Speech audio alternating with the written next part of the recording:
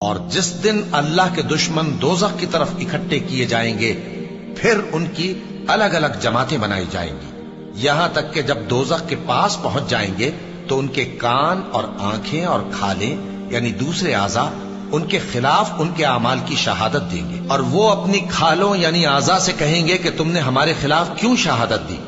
وہ کہیں گی کہ جس اللہ نے سب چیزوں کو نطق بخشا اسی نے ہم کو بھی گویائی دی، اور اسی نے تم کو پہلی بار پیدا کیا تھا اور اسی کی طرف تم لوٹائے جا رہے ہو، اور تم اس بات کے خوف سے تو پردہ نہیں کرتے تھے کہ تمہارے کان اور تمہاری آنکھیں اور کھالیں تمہارے خلاف شہادت دیں گی، بلکہ تم یہ خیال کرتے تھے کہ اللہ کو تمہارے بہت سے اعمال کی خبر ہی نہیں، اور اسی خیال نے جو تم اپنے پروردگار کے بارے میں رکھتے تھے تم کو ہلاک کر دیا اور تم خسارہ پانے والوں میں ہو گئے۔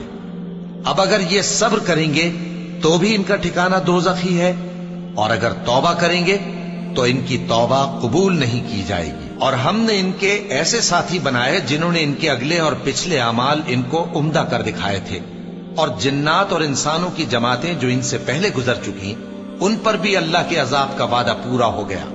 بے شک یہ نقصان اٹھانے والے ہیں۔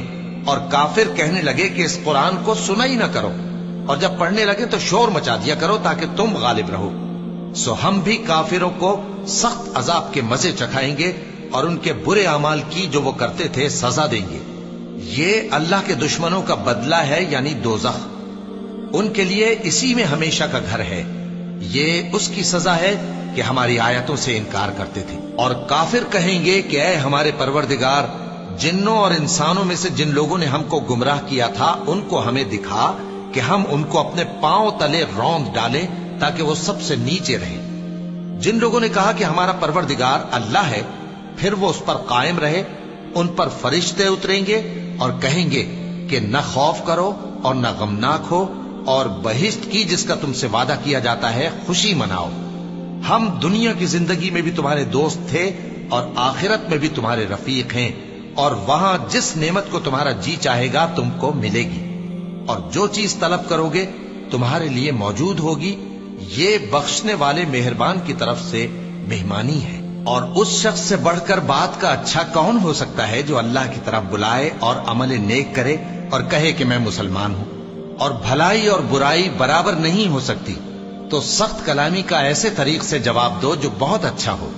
ایسا کرنے سے تم دیکھو گے کہ جس میں اور تم میں دشمنی تھی وہ تمہارا گرم جوش دوست ہے، اور یہ بات انہی لوگوں کو حاصل ہوتی ہے جو برداشت کرنے والے ہیں، اور انہی کو نصیب ہوتی ہے جو بڑے صاحب نصیب ہے۔ اور اگر تمہیں شیطان کی جانب سے کوئی وسوسہ پیدا ہو تو اللہ کی پناہ مانگ لیا کرو، بے شک وہ سنتا ہے جانتا ہے۔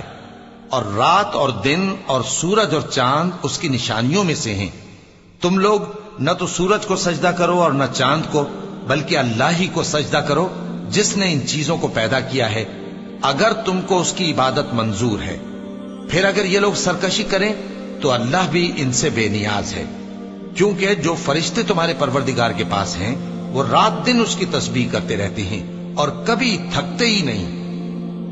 چونکہ آیت سجدہ تلاوت کی گئی ہے لہذا سامعین پر سجدہ واجب ہے۔